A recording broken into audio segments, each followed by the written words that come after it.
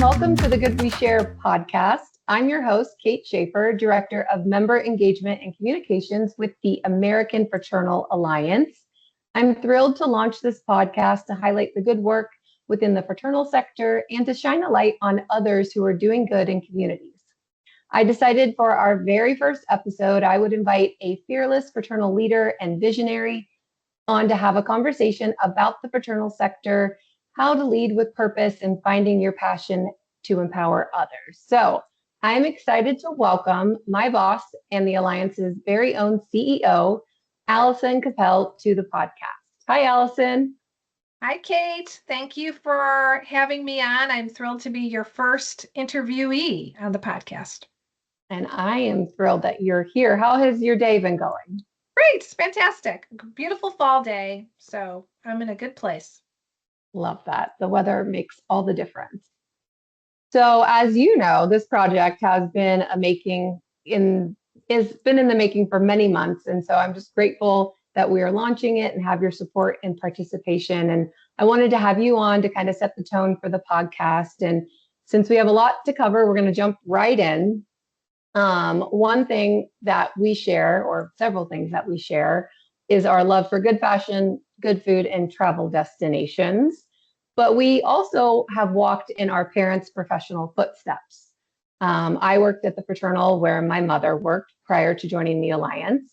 And your father was a trade association executive. So let's take a stroll down memory lane. And can you tell us, how did your journey in trade association begin, and what drew you to the Alliance nearly two decades ago?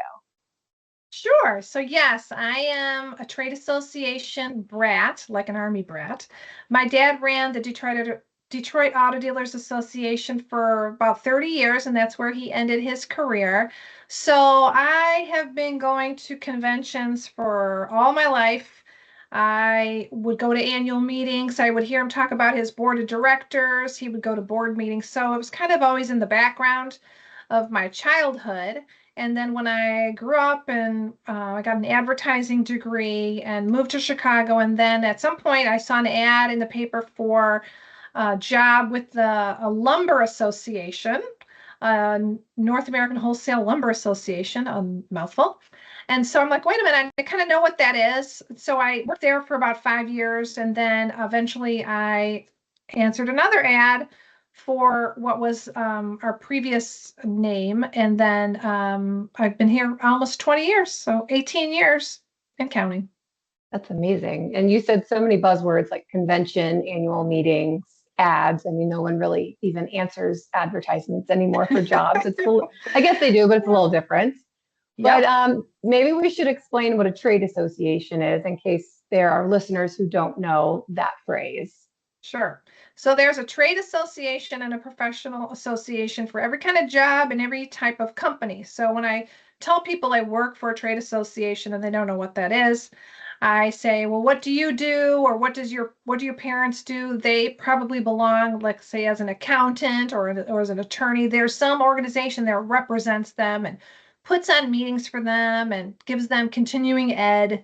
And so there's a staff behind all that, and that's what a trade association is. So usually if I pick out the right profession, they get it. And you spent nearly 20 years with the Alliance, which represents fraternal benefit societies, which also gives people pause when you say the word fraternal. And I know you love talking about this in many different ways. How do you explain fraternals to other people? Well, it depends on the setting. So if I have a very short period of time and I'm never going to see that person ever again, I might leave it at just they're life insurance carriers with a purpose. If I've got more time, I say something like they're life insurance carriers that have a dual role, a dual purpose. They provide financial security, but they also have a network of chapters. When you become a member of one of these organizations, you belong to a chapter, and through that chapter you can do community service. And so they're really mission-driven organizations that are meeting the needs of communities at a very local level. And then if I got more time, I go into more examples of what this community service looks like and what the financial products might look like. So it kind of just depends. But it can be a challenge to explain it when I've got a short period of time. And something that we both love about the sector is the work that we do and that our members do is purpose driven. And you said mission driven. And finding that purpose is something that people talk about all the time. Did you have a moment in your career where that kind of clicked and you knew you were aligned, or was it more of a gradual feeling?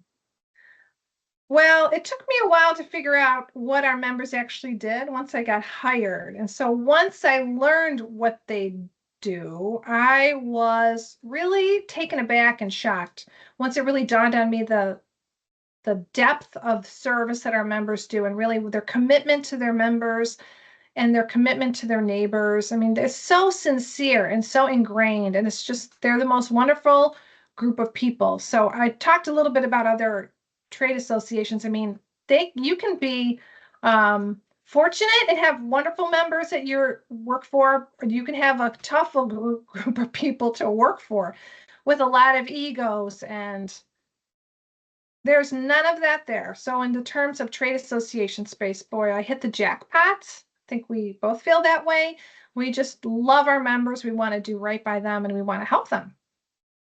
And we should mention that you and I make up 50% of our team at the Alliance.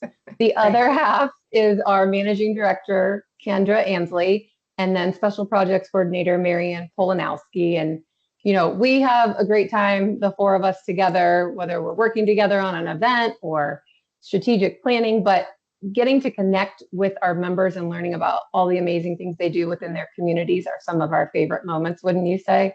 Oh, absolutely. We're always sharing at our staff meetings what we've learned because we're all scouring members' social medias, or we attend events and we talk about what we've learned or what we participated in. So yeah, we love to talk about what our members are up to. And speaking of member events, you have been busy and are going to be busy because you just attended Modern Woodman's Fraternal Week. You're going to Trusted Fraternal Life's member gathering, and then you also have Forrester's Financial's playground build. So what is something extraordinary you've witnessed in the fraternal sector that others may not see or know about? A couple examples come to mind. So in terms of what our members do for others in their community, the wildfires in Hawaii a few years ago, I have a picture burned in my brain of a Knights of Columbus chapter, a couple people from their Hawaiian chapter on jet skis delivering food to what was a dock area, which no longer existed. They were like the first ones on the ground, literally, to unload water and food because they could get there with their jet skis. So that really, that's a pretty amazing example of how our members can make an immediate impact because of their network. Another example is we at the Alliance coordinated a bed build with an organization called Sleep in Heavenly Peace in South Dakota. And we had, I don't know, maybe 40 plus people who were so passionate. We had all different kinds of people at that event. Everybody could contribute. That's kind of what that one made me think, is that no matter what your age or size or mobility, there are ways to give back that our members find out about and are really passionate about participating in. No matter what it is, they find a way to participate at whatever level they're able to. And the other thing that I think is really remarkable is our executives' willingness to share and be generous with their expertise, their talents. During COVID, we had these roundtables that were virtual, and we had I think it was like an executive summit type of meeting, but it had to be virtual. So we put people together in little groups. And I remember a very large fraternal CEO was paired with a very small society CEO, and they just had this great conversation. And the larger society CEO treated the other one just like they were a buddy, a friend. And I think that's just a great example of how our members just feel like they're part of this one single system, and they all want to help each other and they all want to support each other and grow everybody's fraternal. Those are great examples. And I always say, like, where there's a need, a fraternal steps in. Like they just know what's going on in their communities. So many are involved in rural communities across the country, but also with national organizations. They partner with nonprofits to help in various ways. And we like to use our hashtag Live Fraternally. What does living fraternally mean to you as a leader? I thought about that question, because I knew some of these questions were coming. It just means to find a way to make a difference. So to not always live in your own little bubble, to look outside, and it doesn't even have to be momentous, but to just think about something or somebody else that you can help, even in small ways. So that's what it means to me. Love that. Well, Allison, there is a saying in our sector that will make you cringe. That's how it's always been done. And I'm sure listeners in other industries have similar cringe-worthy phrases that they hate to hear. But as Alliance CEO, how do you hold space for both tradition and transformation, knowing that both are significant for our member societies? Right. Yes, that's very true. We see a lot of traditional activities going on alongside modern activities within our membership. I think we've done a good job of kind of re-energizing how we do things. But in terms of helping our members, I mean, trade associations and professional ones are people first. And so I try to get to know our members really well. We only have about 50 in the organization, and I know the 50 CEOs, and I know their executive teams, and I know a lot of people at each organization. So I try to have real conversations and understand what their challenges are. And so getting to know where they're at, I think, is really important in helping them modernize. And so I think they trust the Alliance. I think they trust me and our team to provide education and resources that really will make a difference if they are able to be bold and courageous and take steps to modernize while keeping those traditions somehow intact so that they respect where the histories of their organizations. And I think we've seen a lot of movement in that area. Okay. All right, let's pivot a little bit and talk about mentorship and women in leadership. So you've mentored so many professionals, including myself, and I want to know, what does mentorship mean to you, and who are some of your mentors? Sure. Our previous CEO, Joe Noddy, was definitely one of my mentors. And what he did for me was expose me to every facet of the organization. He always included me in all types of meetings. And so I really learned about the organization from the ground up. So I really appreciated that. I think it made a big difference in allowing me to really get to know not just our members, but the organization. And so he also gave me a lot of room to try things. He didn't always demand a ton of data, but if I had a really good, I don't want to call it hunch, but like intuition about something that we should embark on, he allowed that and gave me a lot of rope to try things. So we didn't have an associate membership program, and I thought we need to embrace these vendors who make a lot of great decisions on behalf of our members. We didn't have a sponsorship program. We had sponsors, but not like an organized program. We didn't have any kind of board director training. And that is something that I created that was kind of a gamble in a way, but it really paid off. It caught on right away. And to this day, we continue to offer board training. So I think it's a combination of exposing someone to different parts of the business and also allowing them to be creative. I love both of those points, and I think those are great parts of a mentor. As I was preparing for this interview, I thought back to our many interactions since I have been with the sector about 8 years, and there are two moments that jumped out at me, and they both involved you roping me in to be on a panel for an Alliance event. Yeah. Public speaking is a real fear, especially in a room full of executives, but which is shocking because You're so good at it. I appreciate that. But both opportunities, you gave me the chance to find my voice and to use it. And that is something that I still work on today, something that's happening here on the podcast. But in thinking back on those two instances and working with you the past 3 years, you have a knack for recognizing this kind of talent in other people, seeing potential in others, even when they don't fully see it. So I think that's a very distinct feature of your leadership style. Do you have a secret to that? Like, how do you see opportunity in others and successfully pull that out of them? I love this question. And when I look back, it kind of goes back to things that my father used to say, my mother too. But my dad always would say, attitude is number one.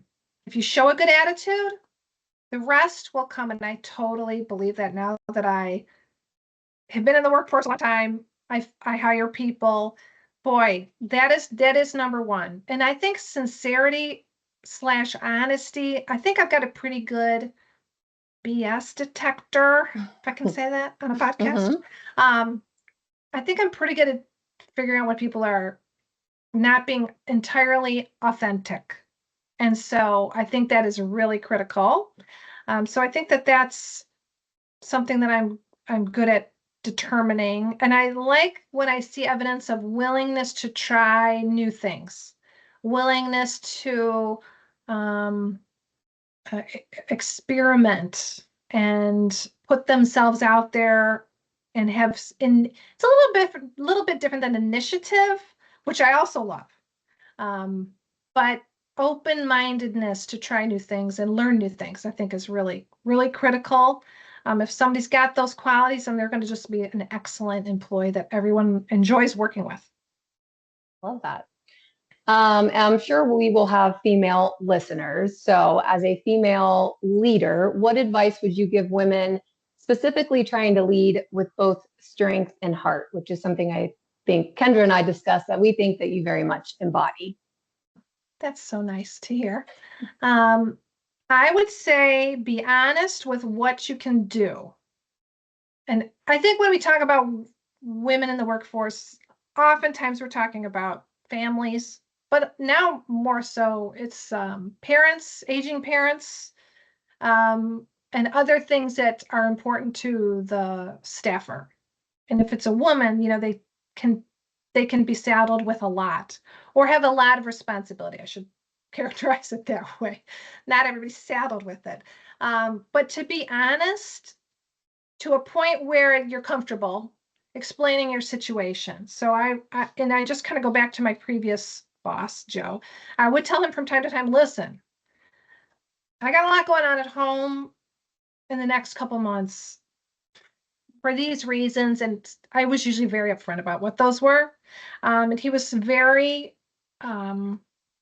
understanding and would work with me. And it totally worked out. It always works out in the end if someone is upfront with what they're facing outside of work, because usually that person is very willing to work different hours, catch up later, as long as the work gets done. I think that that's great. So if someone is very honest about what they're facing, I think without divulging too much that they're not comfortable divulging, I think that that is critical. The other thing for women, and this is something I heard from one of our female CEOs a couple years ago on a panel, which is women have to be extra cautious in the evening at social events where alcohol is involved. And I don't know if that's politically correct to say, but I totally believe that that is important to keep in mind, because I think it can just lead to issues that you regret having to face if you're not careful, especially younger women. Now, I don't have to deal with that anymore because I'm just old and want to go to bed. But for you young gals out there, you do have to be careful. I just think that that's a reality. Of course, we want to keep everybody safe and happy, but like it's just different.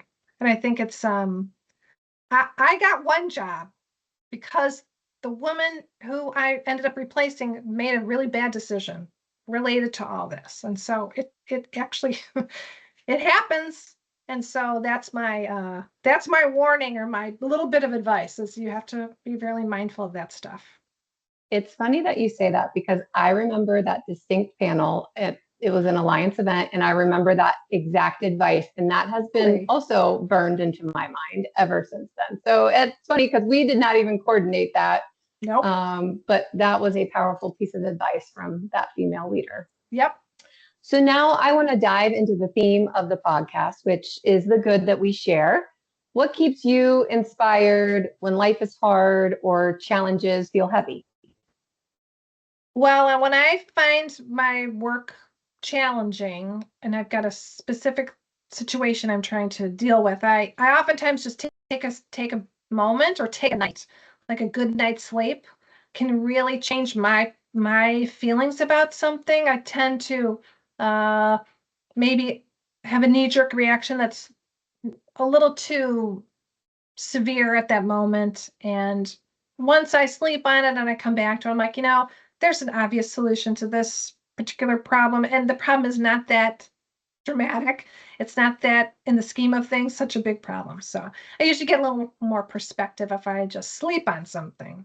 That I've learned over the years. That is good advice. I will make sure I utilize that for my personal success. Can you share a story of goodness from your life that has shaped who you are today? It can be professional or it can be personal, just anything good. Yeah. I'd say I kind of go back to my parents, how they raised us girls. I've got 3 sisters. So they just treated everybody the same. They treated each one of us the same. They gave us the same message, same parenting style, I think, generally. Um, and they really instilled in us that we needed to be able to live on our own. Maybe it was too many girls in the house. And they really wanted to make sure they were empty nesters at some point, but they made sure we got well educated, that we had the ability to take care of ourselves. No matter, we never were told, you're going to get married, right, someday, or anything like that. We were like, those words were never uttered. All 3 of my sisters and I, we were told the message was, get educated, be able to take care of yourself, because you never know. And my goodness, in the life insurance space is built on, you just don't know what's going to happen. And so I think that was a really, really good lesson. And going back to how they treated people, they would treat, us the same as neighbors, the same as waiters, the same as there was a man who come over with the dry cleaning. Like, everybody was the same and got the exact same treatment. And I think that has stuck with me as well. I love that advice, to be able to take care of yourself, no matter what the situation. I think that's very important for all generations, but especially, younger generations as they're entering adulthood. All right, Allison, this has been a fantastic conversation. And before we wrap, I know this will come as a surprise to you, but we're going to do some 5 fast questions that I'm going to ask every person who's featured on the podcast. We're calling this the Good We Share Signature 5. So these are fun and simple questions. And you just share what comes to mind first. Okay? Okay. Okay. Here we go. Question number 1. What's the most impactful service project or volunteer work that you've ever been a part of? Ever been a part of? Ever. Okay. So I've got one that's a long time ago. I used to be very involved with the cat rescue and no-kill cat shelter in downtown Chicago. And they were moving from one facility to another. They built this brand new, beautiful facility. So we went and, kind of cleaned out the old facility in order to be able to move them to the new facility. So that was really wonderful, because there's a lot of old cats that need to be adopted. And so they have a lot of older cats. I was very happy to be involved in that project. And then the aforementioned bed build was really a great project, because I got to help deliver the beds to some families in need in the South Dakota, in the Sioux Falls area. And so we actually brought the beds over, set them up, and we had bedding and everything. And these kids were just like so happy and thrilled to not be sleeping on the floor, which was a challenge I didn't even realize was so common. So those are my two stories. Those are great answers. I love that. All right, question number 2. What was your dream job as a child? Hairstylist. Oh. I mean, for years, that was the plan. Oh, wow. Yep. Look at you now. You have, I know. I I mean, still man, love going to that salon, and I have a hairstylist who's kind of my alter ego.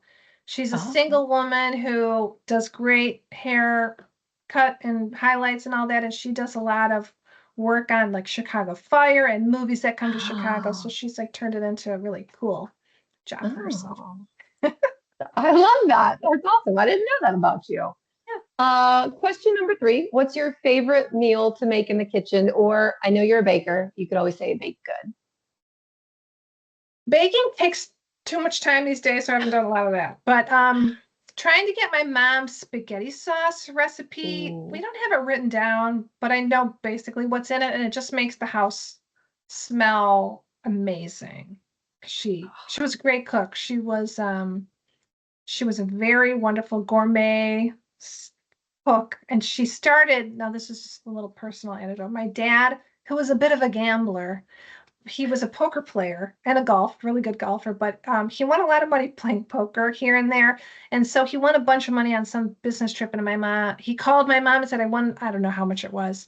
And so, what do you want? I'll buy you something. And she said, I want a set of Le Creuset pans. Ooh. So that's a really nice brand. It's all cast iron.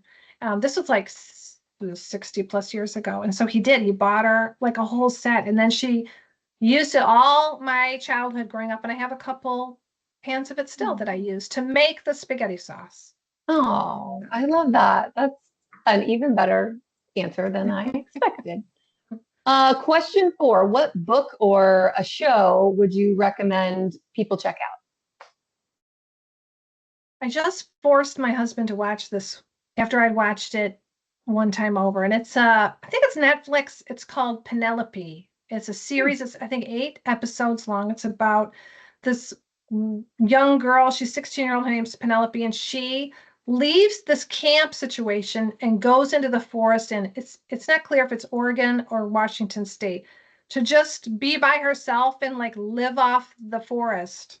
And she's seemingly this normal teenage girl, and she figures it all out, and she gets into some problems, and you can't quite tell why she's there, what her challenge is. I loved it, and he liked it too. I loved it more than he did, but it's almost like she's like a one-woman act show. I mean, there's other people that come and go, but she's pretty remarkable. Penelope. Penelope. I haven't seen that one, so I will check that out. All right, final question, and it's tied to how we hope to celebrate this podcast. So if you had a hype squad who was cheering for you right now outside your door, what would they be celebrating for you? Hype squad. Tell me again what a hype squad is. Like cheerleaders, like people who just hype you up, like a hype man to say, let's go, Allison. Okay. You kicked butt at this. Are your girlfriends hype squad? Absolutely. Yes. Okay. My hype squad would be, I'm doing a lot of public speaking last week. This upcoming week, they'd be like, send your message, don't be nervous, that sort of thing. They would be hyping up my public speaking. So they would be cheering me on in terms of that. And then personally, I have a daughter who's a senior in high school, and we're navigating the whole going to college thing, and she's a real independent spirit. So it's been an interesting process, and so I would love a hype squad to help me navigate all that in a way that makes all of us happy. Well, our listeners heard it. First of all, you're going to kick it at your public speaking events. Okay. And we're going to find people to help you navigate your daughter going off to college, because that has to be an exciting and stressful time all in one. Yeah. but it's all good. These are all great challenges to have. And, this podcast and the work that the fraternal sector does, we want to be a hype squad for all the good that is done within the sector. So that's just why I added that little question in there. Love it. I love it that we are their hype squad. Yeah. That's great. So Allison, thank you so much for showing up so fully for the sector, for the people in it, for myself, and for all those who will be listening. You truly model what it means to lead with vision and compassion, and you're a part of the good we share. I'm so glad we got to share this space together, and thank you for helping me launch this podcast. Thank you, Kate. You did a great job. I'm excited to see what else you do on the good we share. Awesome. Thank you so much, Allison.